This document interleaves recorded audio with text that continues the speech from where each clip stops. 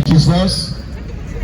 Praise the King of Kings and the Lord of Lords. My dear friends, Jesus Christ is Lord. Amen. We're here today to preach to you about Jesus Christ. Hoping that some of you will give your life to Jesus Christ today. Today's message is, arm yourselves. Arm yourselves. Now, do you know why you have to arm yourself? And have you armed yourself? As a Christian, you need to arm yourself. If you want to be victorious in this life, you need to arm yourself. The Bible says, as he is in this world, speaking of Jesus Christ, as he is in this world, so are we. Not as he's in heaven, but as he is right here. He is victorious. And so, we are to be victorious. So what I'll be talking to you today is how you can arm yourself. And why you need to arm yourself as a Christian. If you want to live a victorious life, if you want to have victory over sin in this world, because that's what matters. Now the Bible says in 1 Peter chapter 4 verse 1 to 6, it says, therefore, since Christ suffered for us in the flesh, now watch it, arm yourselves. Arm yourselves. The question is this, arm yourself with what? The Bible says, arm yourself also with the same mind. For he who has suffered in the flesh, listen to the reason why you should arm yourself. It says, for he has suffered in the flesh, has ceased from sin. Has ceased from sin. And that's the reason you need to arm yourself. For he who suffered in the flesh has ceased from sin, and that is no longer should live the rest of his time in the flesh for the rest of the man, but for the will of God. So there's a need that you ought to arm yourself. Have you armed yourself? Have you seen the reason why you need to arm yourself? And you should arm yourself because the Bible says that we have spent enough time of the past life doing the will of the Gentiles. Now watch it. When we walk in lasciviousness, lust, drunkenness, revivals, drinking parties, abominable adulteries. So you see, friend, if you do not arm yourself, this will be your lifestyle, and this will be your condition. And then he says, in regards of these things, I think it is that thing that is strange that you do not run with them in the same flood of dispensation. Speaking of evil of you. So you see, when you call yourself a Christian, the Bible says many people will see you so strange. Is it not so obvious that many of you today see me so strange that I'm preaching to you? The Bible says we should not run the same way the Gentiles run, by doing the ways of the Gentiles. What is the will of the Gentiles? The Bible has given us the list. It says lasciviousness, lust, drunkenness, rivalry, drinking parties, abominable adulteries. Now, if you smoke, I don't envy you. If you fornicate, I don't envy you. If you get drunk, I don't envy you. If you curse, I don't envy you. In fact, I pity you, my dear friend. Because the Bible says, when we are Christians, when we arm ourselves with the full armor of God, we should live a godly life, even in this time, even in this age. And they won't see us, they think that we are strange. But the other way around, they don't understand we are strange. We are not strange. We keep ourselves holy to our Lord Jesus Christ. And I'm telling you today, because he said in regard to this, they think it is strange that you do not go around with them in the same flood of dispensation. Speaking of evil of you, today we have been called crazy, stupid, all kinds of names, you name it. But because we don't run with them, because we don't go the same path with them, as a Christian who have a different path. The Bible calls it the narrow path, and that narrow path is Jesus Christ. Then the Bible says there's a broad way, and many people follow that broad way. So the Bible says, then we speak of evil of you, but wash it, and then we give an account to him. Speaking of Jesus Christ, who is going to judge the living and the dead. And for this reason, the gospel is being preached. For this reason, I'm coming here today to preach to you the gospel. Do you know what the gospel is? That Jesus Christ came in the flesh, and he died. God bless you. He was buried. On the third day, he rose again. That is the gospel news I'm preaching to you today. For the Bible says, for this reason, the gospel is preached also to those who are dead. So that means, before you die, you will hear the gospel. So you cannot have any excuse to give to God. And then it says that I might be judged according to the men in flesh, but to live according to God in spirit. So this verse I just read to you right now, Simon Peter is talking to us about a Christian lifestyle, how we ought to do what to ourselves and to have victory over sin. And we have this victory because Jesus Christ died on the cross of Calvary. Amen. So I want to tell you something else, my dear friend. And I want you to pay attention to this message because your life depends on it. Because I'm preaching to you today the gospel news of our Lord Jesus Christ. Jesus Christ did not come into this world to save us from hell, but Jesus Christ came into this world to save us from sin. That's very important that you understand this message. That's the reason why he came. Not to save us from hell, but to save us from sin. In Matthew chapter 1 verse 21 says, you shall call his name Jesus, for he shall save his people. From what? From their sins. From their sins. And that's why Jesus Christ came into this world. So, I'm not saying that if you are saved, that you are not going to heaven. Of course you go to heaven. But of course, he came to forgive our sin. That's the whole purpose that Jesus Christ stepped out of glory and came to this earth. My dear friend, if you are not saved, when you die, you are not going to heaven. Amen? So Jesus Christ came to forgive our sin. The question is this: have you accepted him as your Lord and personal Savior? Also came to set us from sin, so that sin have no any power over us. You see, the sin power have been broken in my life when I give my life to Jesus Christ. Amen? For the Bible says, you shall call his name Jesus, for he shall save his people from their sin.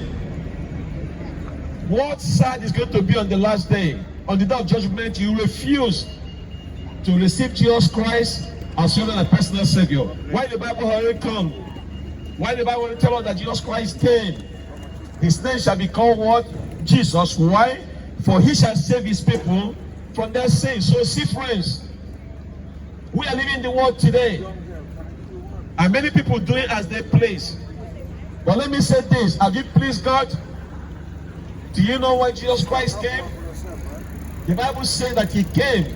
Bless you. The Bible said that he came to save us from our sin. That's the whole purpose Jesus Christ came to this world, so that you can have victory over this thing called sin. You cannot continue deliberately practicing and living in sin. You see, my friend, if you are doing that, I tell you, it is a fearful thing to fall into the hands of Almighty Jesus Christ. You need to get saved. Saved from what? You need to get saved from the wrath of God. The Bible says the wages of sin is death. God bless you. The wages of sin is death. But the gift of life, that is in Christ Jesus, is eternal life.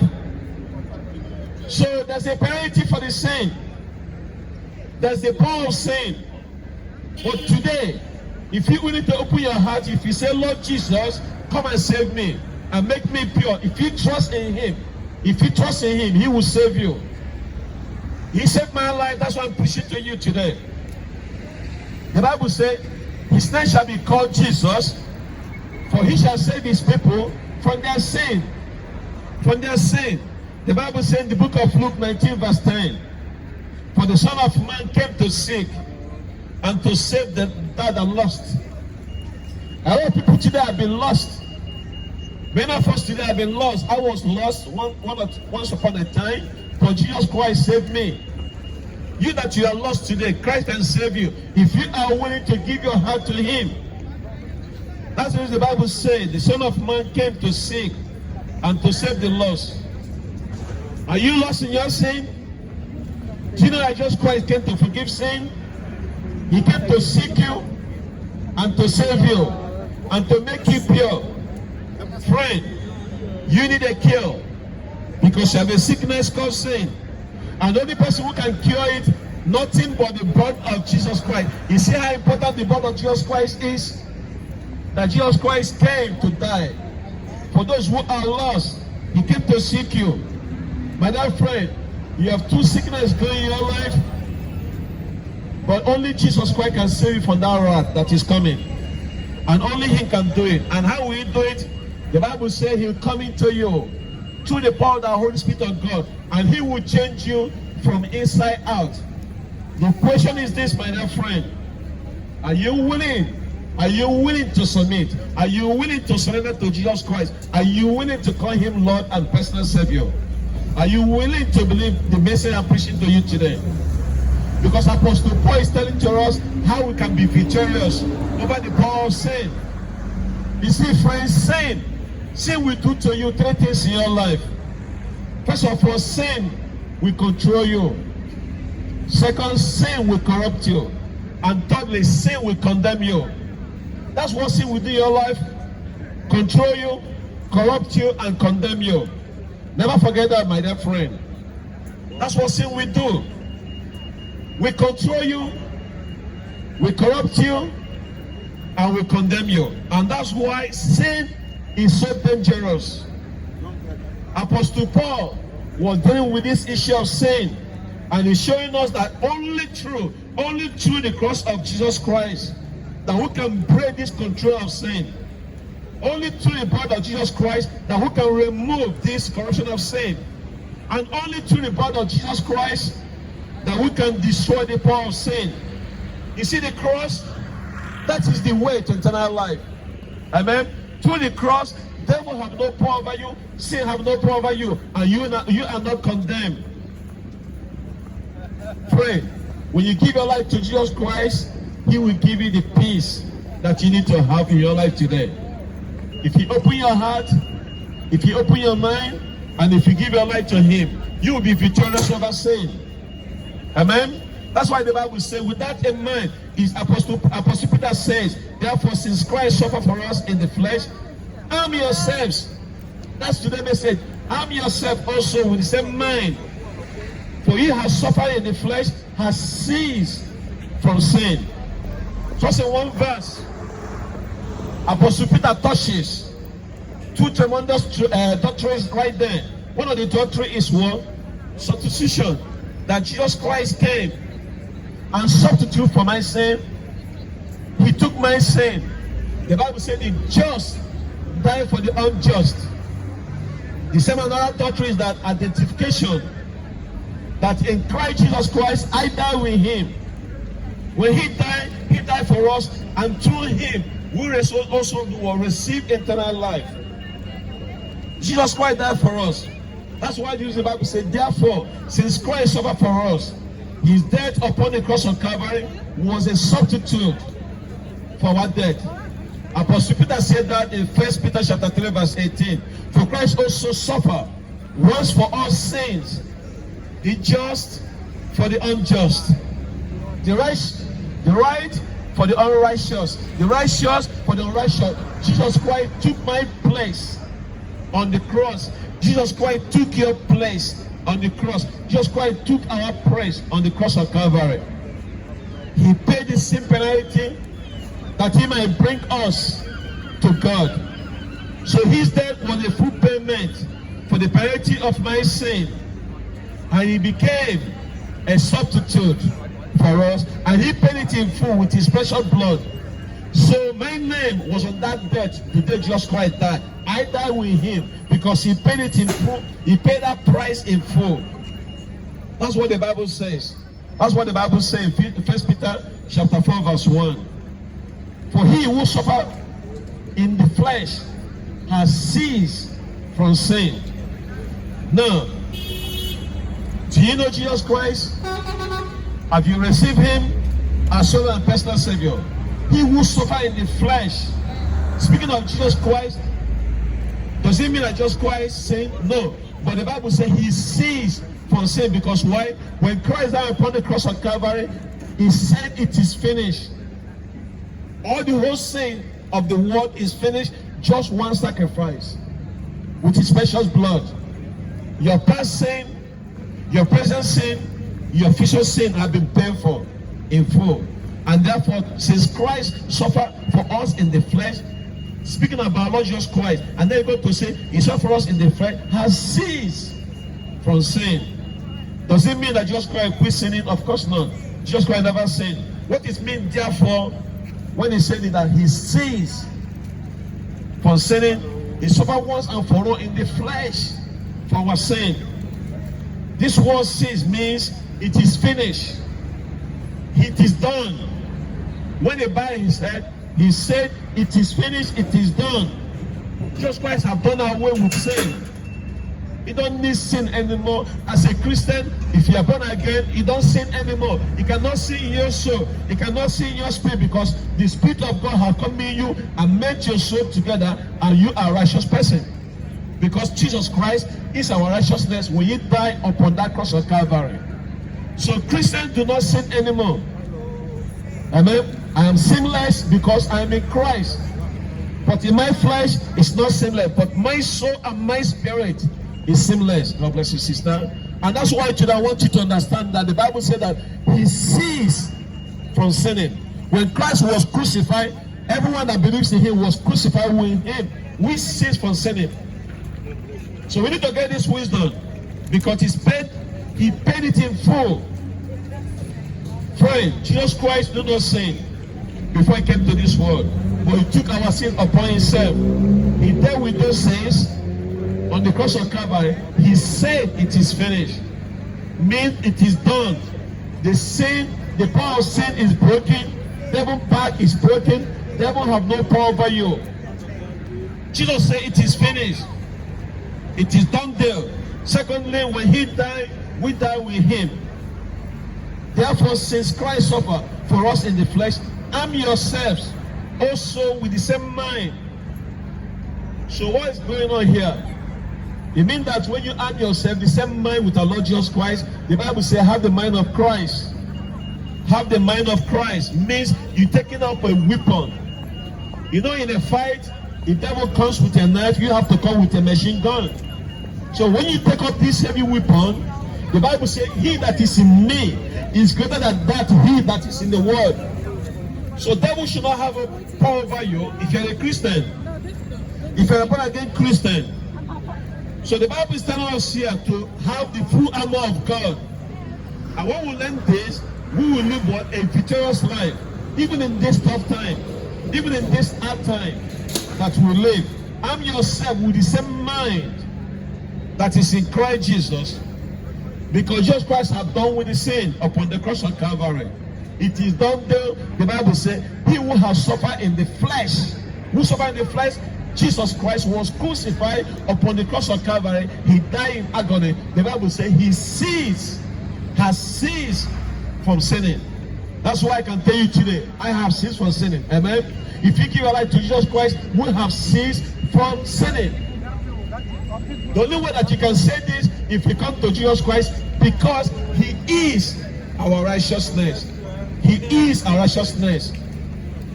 If when he died, I died with him. Do you know that? In Christ we die. When he died, on that day that he was crucified, I was there. Every one of us who have given our life to Christ, Jesus Christ, we are there, because when he died, he buried our sin in the grave of Christ's forgetfulness. All your sins have been forgiven. Not some sin, all sins have been forgiven on the cross of Calvary. And for that reason, the Bible said, for he died, and sin has no more demand upon him. Because Jesus Christ was dealing with the sin death. He did it once and for all. The penalty of the sin, the wages of sin is death. Now watch it. For the gift of life that is in Christ Jesus, it is eternal life. So Christ have done with this upon the cross of Calvary. Now for you to refuse him, for you to turn your back on him, for you to spat in his face, if you refuse him, I tell you today, when you die, you go to hell. But if you receive it today in your heart, in your mind, your soul, your spirit, when you die, you go to heaven. You have to make a choice. You see, I have settled out of court. Amen. I have settled out of court on the last day. The Bible said there's no condemnation for those who are in Christ Jesus. Why? For the Lord Spirit of life in Christ Jesus have set me free from the law of sin and death. And that's why I'm telling you today to give your heart to Jesus Christ. Receive him today as your Lord and personal Savior. Hallelujah. So when you that identify yourself with our Lord Jesus Christ, he will give you that grace. He said, Apostle Paul saying in Galatians chapter 2 verse 20, I have been crucified with Christ. In other words, when Christ died, I died with him. Therefore, I die in him, and his death is for me. You see that? You see the victory? I've been crucified with Christ. It is no longer I that live, but Christ who lives in me. Amen? So the life I live right now is not me living, but it's in Christ that lives in me. So we live by faith in the Son of God who loved me so much and give himself for me. And he gave himself for you, that you and me might come to God. There's no way that you can come to God without the blood of Jesus Christ. God demand blood for your sin. Do you know that? Because of the blood of Jesus Christ that we can come back to God. So the life that I live is not me living anymore, but it's Christ that is in me. Christ that is in me, it is the hope of glory. Amen? So if you give life to Jesus Christ today, Christ will be inhabited in you. You see, because not only that he died, we died with him, since he died for us, but also we rose with him. Since also rose, we also rose with him. He said, Brother Kingsley, it's kind of complicated. If you don't know Jesus, yeah, it is. But it's so simple. You have to believe this message. You see, because I have to give you 3 words. It might get more complicated for you, but I hope you pay attention to understand this message. In Romans chapter 6, I want you to see the 3 key words there. God bless you, man. There are 3 words here by identification in ourselves in Christ Jesus Christ with his death. So I put it in this way. And I want you to understand, the Bible says, Romans chapter 6 verse 6 says, we know that, now the word knows very important. You know, you can believe something, you can tell children about Santa, they believe it. But do they know Santa is real? You can just say Santa come from the chimney and then deliver them the gift, they believe it.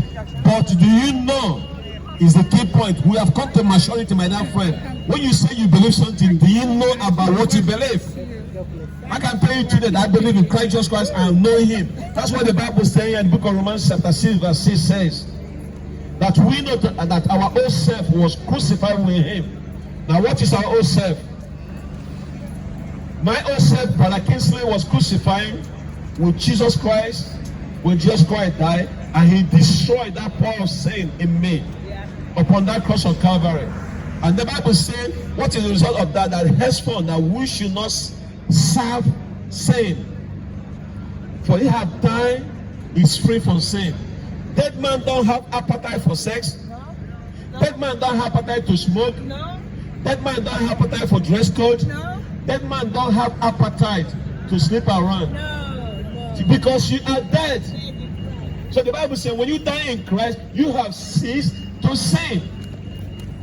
Friend, for this death is free us from the sin. Are you free from sin? Are you free from sin? You say, but I can't say my life is a mess. Me too. That's what it used to be until I give my life to Christ Jesus.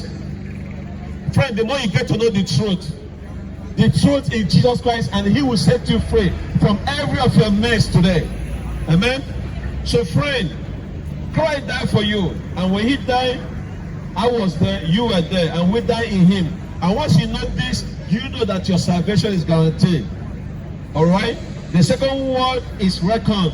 Romans chapter 6 verse 11 says, likewise you also reckon that you reckon yourself to death, indeed to sin.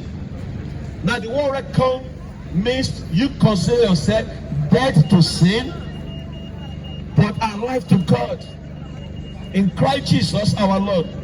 So therefore the sin does not reign over your mortal body, that you should obey it in its laws. Let sin therefore reign in your mortal body.